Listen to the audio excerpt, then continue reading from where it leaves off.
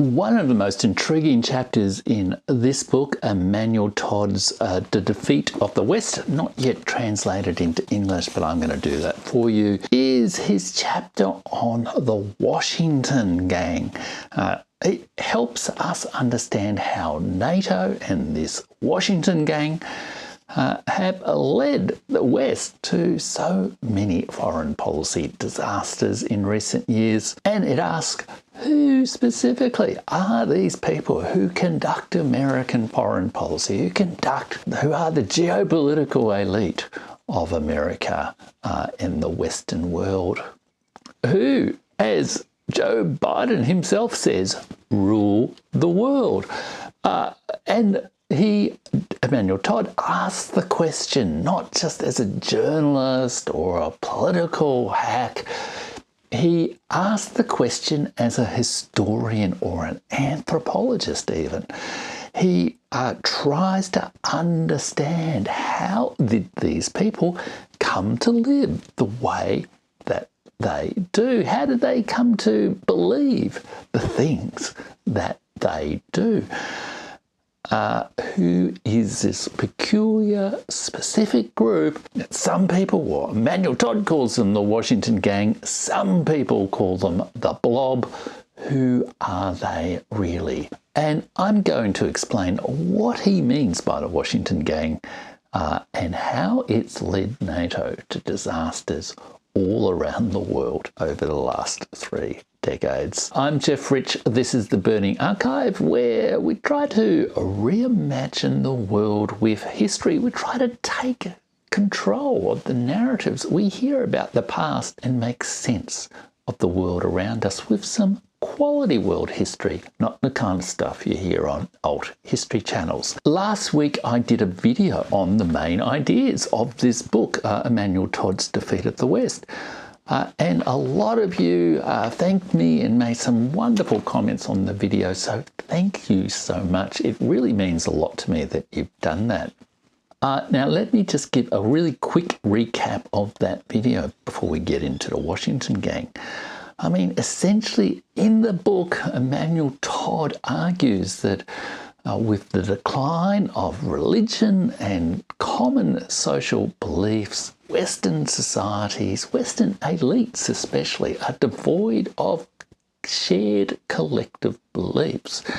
And that at the same time, growing inequalities in society mean that our democracies have become liberal oligarchies.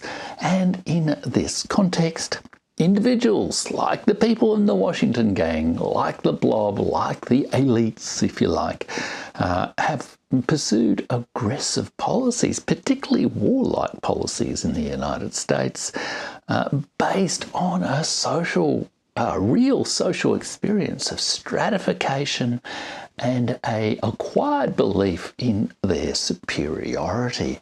That's a really quick summary of the main ideas, but it helps frame the discussion we're about to have. Since I did my video last week, I've noticed a lot more people seem to be discussing Emmanuel Todd. It might just be the whole red car effect, like once you start looking for a red car, you see red cars everywhere. But I have certainly noticed that the distinguished British diplomat Alistair Crook has picked up this term of the Washington Gang in a brief essay on Emmanuel Todd that, it sort of responds to the way in which people are responding to President of the United States, Joe Biden's performance in the recent presidential debate, and how people are suddenly waking up perhaps to the fact that Joe Biden may not be the most capable US president that has ever lived. And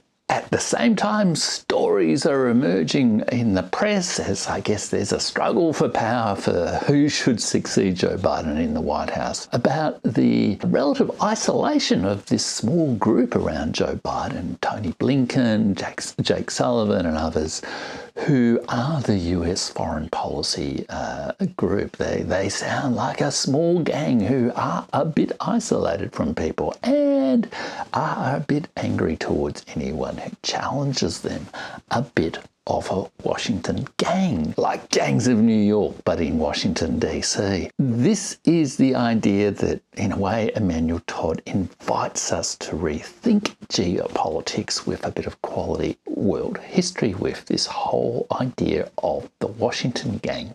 He's trying to make sense of the reality of the world around us by making real observations about the social world of the elites, rather than just calling them names or calling them globalists or assuming certain theories about how states act in, pursuit of power and in their rational interests, the kind of theories that are associated with John Mearsheimer's realist school of international relations. And in a way, what Emmanuel Todd shows in his chapter on the Washington gang is that, well, states aren't really rational actors. They're controlled by real flesh and blood people who are formed by particular societies, particular cultures, particular bad ideas, particular good ideas. It's not all rational calculation of interest. He tries to understand the mentality of these elites, and that is an idea that I sort of described in a little bit more detail in my video from last week. And in this chapter, he really just sketches. It's not like a detailed sociological study with lots of data and all that sort of stuff. It's almost like a brief impressionistic essay of some key features of this Washington gang that seems to run foreign policy in the United States.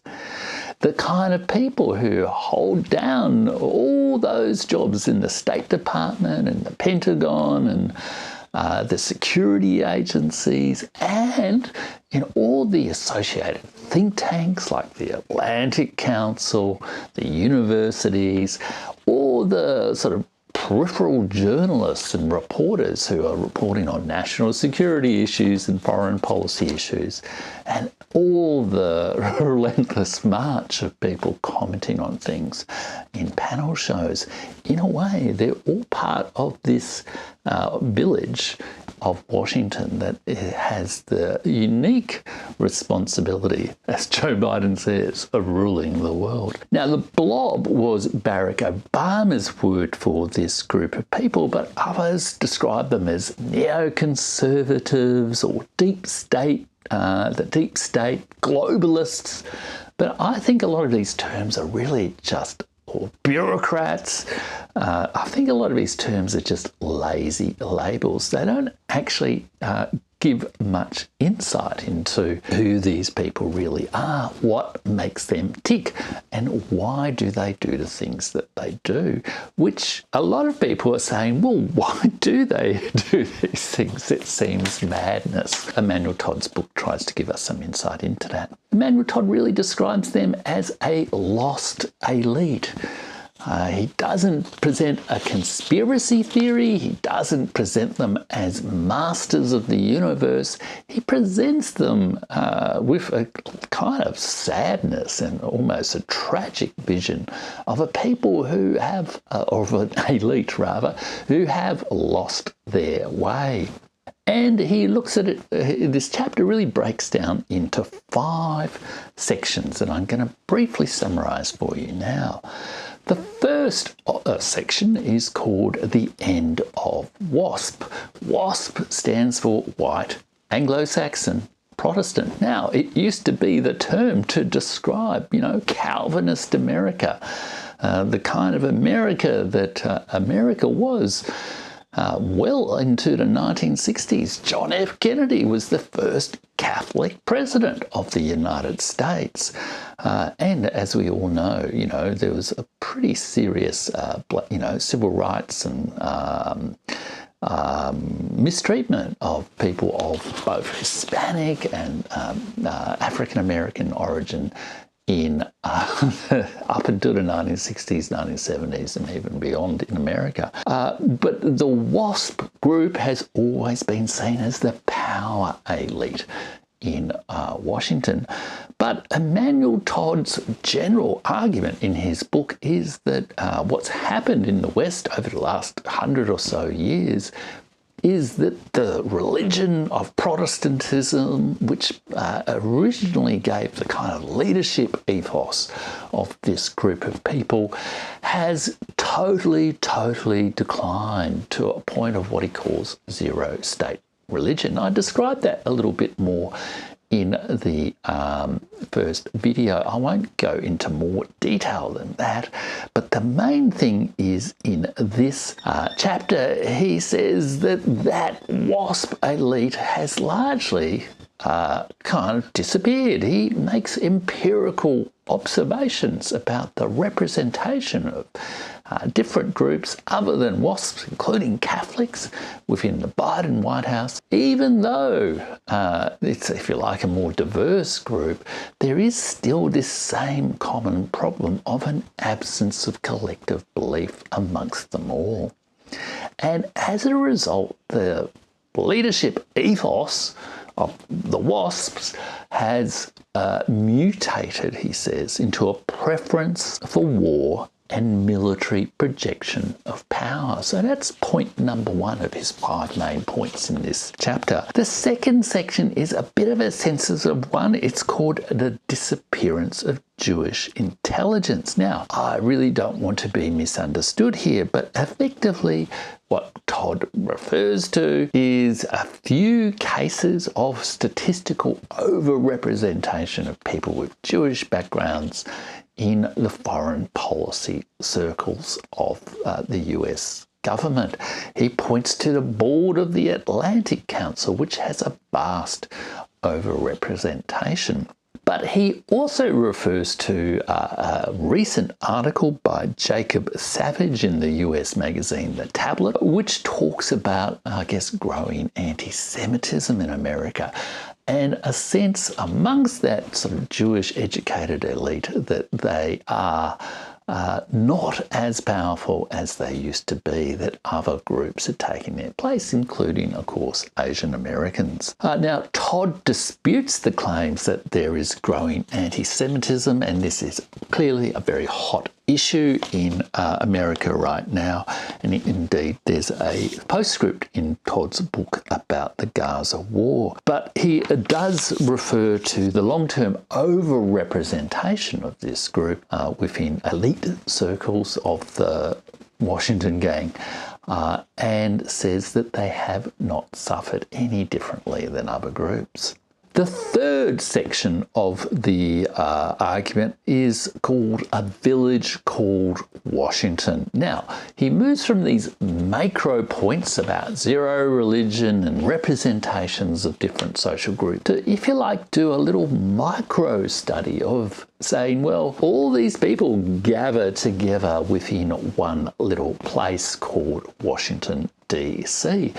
And that observation is also within a broader framing argument that his decline of collective belief with growing inequality in the society, with growing educational stratification in the society, all topics I discussed in last week's video. People are, if you like, clustering in their small little professional or identity groups and not having strong connections. And this applies similarly to the unique world of government and foreign policy that exists within Washington, D.C., the sort of imperial capital, if you like, of the United States. As a result, in a society, what happens when you have, if you like, smaller and smaller identity groups with fewer connections with other people who are, mixing with people just like us,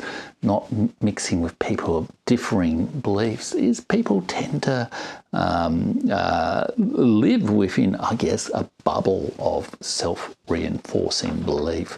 And that is very much the picture that Emmanuel Todd paints of the village called Washington.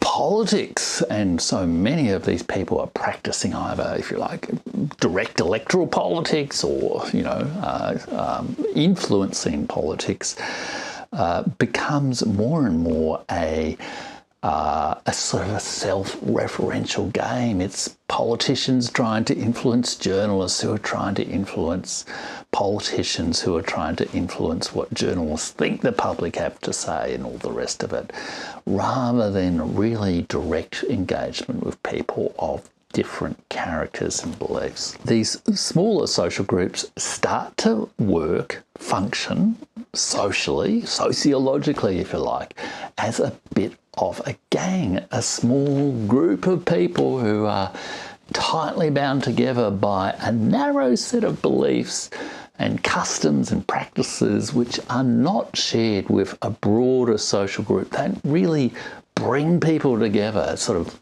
you know, people talk about political polarization. It's almost polarization by all these little small groups.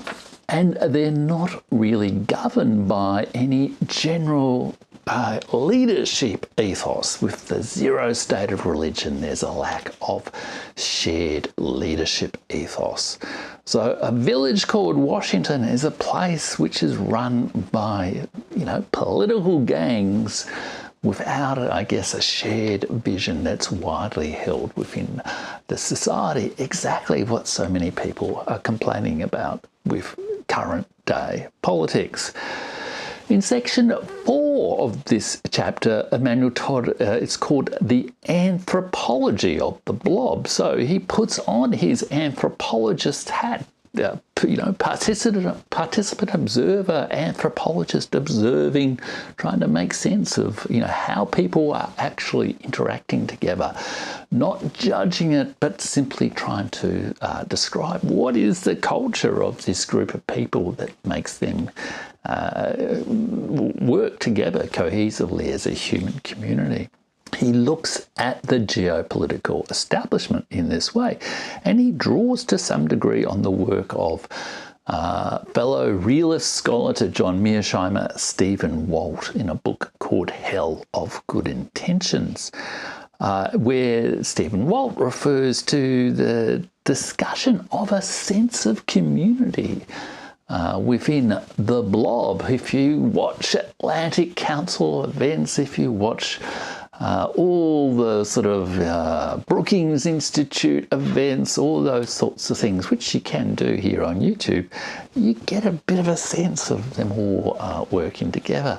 You get a sense that the journalists who, you know, used to be political advisors, and the political advisors who used to be journalists, and the CIA agents who used to, who go on to be political advisors and then become journalists and panel show hosts, it's all a bit of a common social network. And there's a kind of career path that's carved out for people that exist entirely in this world, that is dedicated to US foreign policy and the projection of US military power in itself. So there's a kind of an economic self-interest issue, if you like, to it, where whole careers are sustained within not just the state, but what I would almost call a parastate, a set of organisations that sort of surround and feed off to some degree the core functions of the state. Things like the Atlantic Council, all those think tanks, all the consulting firms, the lobbying firms, the companies that service government, particularly the defence industry companies. These people have a very specific kind of professional life. They don't make anything. They're trading in information. They're trading in narrative and influence and power projection. This predisposes them, Todd argues, to activism and a personal desire for the United States to have ambitious global policy for the United States, as Joe Biden says, to rule the world. Because if they're not ruling the world, do you really need all those people and all those think tanks writing position papers about what the United States should do in the Caucasus and in Africa and South America, even possibly in Australia. He says they have a professional interest in making things hot, in having disputes around the world, in having conflict zones that need to be resolved and intervened in. And here he says, in a world where ideologies are withering away, the state certainly survives, but even more so the professions. The blob is not the only one to blame. Journalists who once adhered to opposing ideologies have become journalism with its own ethics and concerns, and now, however, its own preference for war, because the translation I have here is because it is show. Perhaps you could also say because it is spectacle, because it makes, it makes for good ratings on television. And he also points to the intertwined lives of so many in this group, including famously the Kagan family, Robert Kagan, husband of Victoria Newland, and the whole Kagan family that's associated, amongst other things, with the Institute for the Study of War, and, have long been amongst those neoconservative advocates of, a warlike American foreign policy. Todd, though, is very critical of the idea of the deep state. He says it just doesn't really make sense, and he jokingly really counterposes. He says he wants to found a school of the superficial state because, he argues, this elite doesn't have depth of character. It doesn't have depth of culture, doesn't have depth of institution or purpose or ideas. It is not a deep state, it is a shallow state. He also doubts the whole idea of scheming bureaucrats who are kind of forcing the government to do things in the way that he wants. Rather, he says, most people in the bureaucracies in the United States respect hierarchy.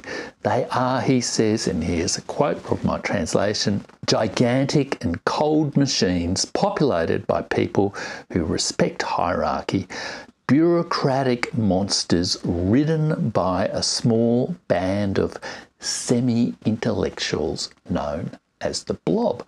It is this broader class, not so much the bureaucrats, the government officials. It's actually the politically appointed people, the advisors, the people going in and out of the swanky meetings, the people appearing on the press who writing their strategy papers about all the different countries of the world.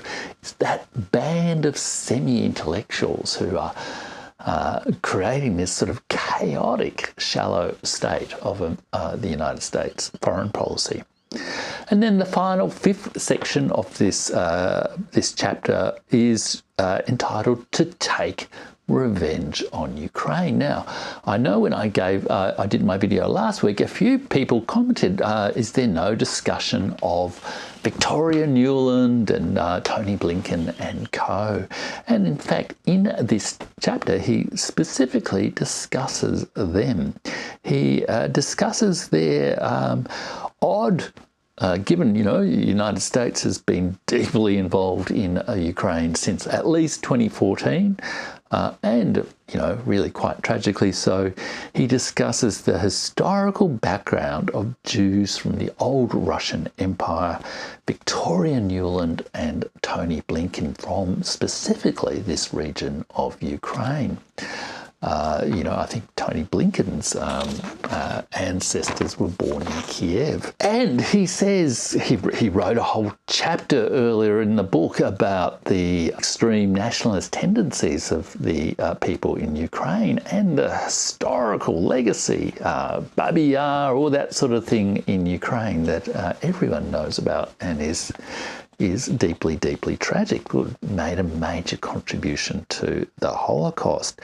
So why, he says, why do Jews of Ukrainian origin have tenderness for Ukraine and its parodic ideologies?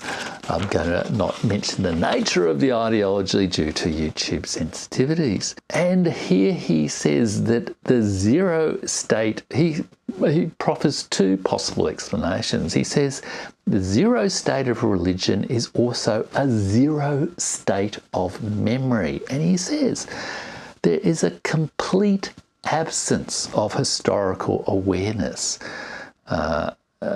And that Blinken and Newland and Joe Biden could well be nothing more than Americans without memory. Only the greatness of the American empire would inspire them. In Joe Biden's case, that may well be a quite literal description of his mental state. And his second possible explanation is that there is a perhaps subconscious intention or drive on the part of these people to destroy the Ukrainian nation. He asks, have they co-piloted this butchery as a just punishment inflicted on this country which made their ancestors suffer so much? We will read their memoirs with interest if they write them one day. He doesn't really answer the question, and it is a curious question indeed why this is the case. He effectively says, as an historian, someday another historian is going to have to answer that question. So let me just sum up the book with a key takeaway. It's important to say that this chapter of the whole book, The Defeat of the West, La Défaite de l'Occident, if I can just practice my oral French for a second, is a dialogue with the realism of the John Mearsheimer school. And he really makes the point that you cannot understand the Washington gang within the realism school, that they are people who are formed by a very particular social environment, cultural environment. There was a famous French sociologist, Pierre Bourdieu, who had the term habitus to describe the kind of social milieu that frames the everyday attitudes and perspectives and practices of people. And this is what drives the Blob forward. It's the Washington gang forward. It's not rational calculation of the national interest, whatever that should be. Realism is in that sense not realistic. It's not an empirical, historical analysis or assessment of what actually motivates people, why people actually do the things they do in international relations.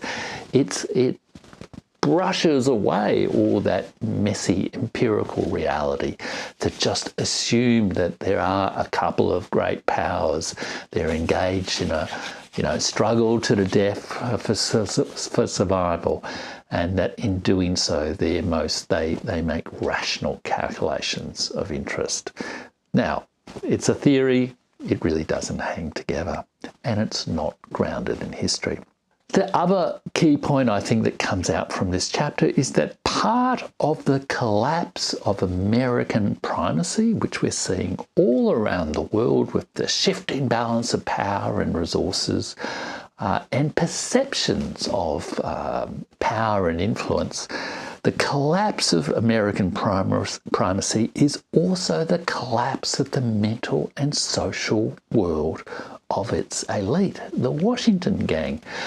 Joe Biden, bless him, still believes he is ruling the world, but no one else really does. And as fewer and fewer people really think that Joe Biden is doing, that mental world of the Washington gang is starting to fall apart. Moreover, they've ruled the world, in Joe Biden's terms, with a set of ideas about the world that they're all convinced about. America is number one. America is the greatest military power on earth. America can do anything it wants. Everyone in the world wants to go to America. We all in the rest of the world, wake up every morning and think, well, why can't I go to, San Francisco? But that is simply no longer the case. Now, Todd's book is by no means the last word on to come to grips with, this Washington gang, the very particular people, the very particular place and time and circumstances and culture of this this group of people who have so much control of the geopolitics in the world, or at least believe they do. But it is a very original and thoughtful, thought-provoking contribution to thinking about it. I would say he probably, he does pick up the incredibly fragmented nature of the American state, of American government, divided between, legislator, judiciary and executive in a highly dysfunctional way, dysfunctional in so many ways, but also in terms of conflicting agencies, a point that Alistair Crook picks up in his recent article, but also fragmented by this huge parastate of the think tanks and the advisors and all the rest of it, who go in and out and exercise power in a sort of non-institutional way. So he does pick up on that, but I would give more emphasis to it. And I would also probably emphasize more how politics has drifted off or floated off into a bubble of hyper-reality, a virtual reality world which is sustained by the close relationship between politicians, political advisors, and people in the media. There's that whole career path issue that Emmanuel Todd talked about, but I actually think in a way that world of politics has separated out from the real world of government, not just in the circles of government, but also in the way in which the public talks about politics. It's a spectacle more than a slow, difficult process of coming to some collective compromise about our shared collective lives. But he does, Emmanuel Todd that is, I think, does point to the political consequences of the culture wars, if I can reverse John Maynard Keynes, the economic consequences of the peace. And he gives you a much better insight into the mental world of the rulers of the empire than empty talk of globalists, deep states and bureaucrats and all that sort of thing. So don't succumb to lazy thinking about globalists and elites and deep states and bureaucrats. Have a think about the kind of issues that Emmanuel Todd raises, how they also affect the culture that you participate in, and let me know in the comments below if there are other chapters of Emmanuel Todd's book that you'd like me to look at. So let me know if there's one or more of those chapters you'd like me to cover in another video, and I will see you again soon. Please like, share and subscribe. Go over to jeffrich.substack.com and you'll get some insights every week into world history and literature to help you reimagine the world with history.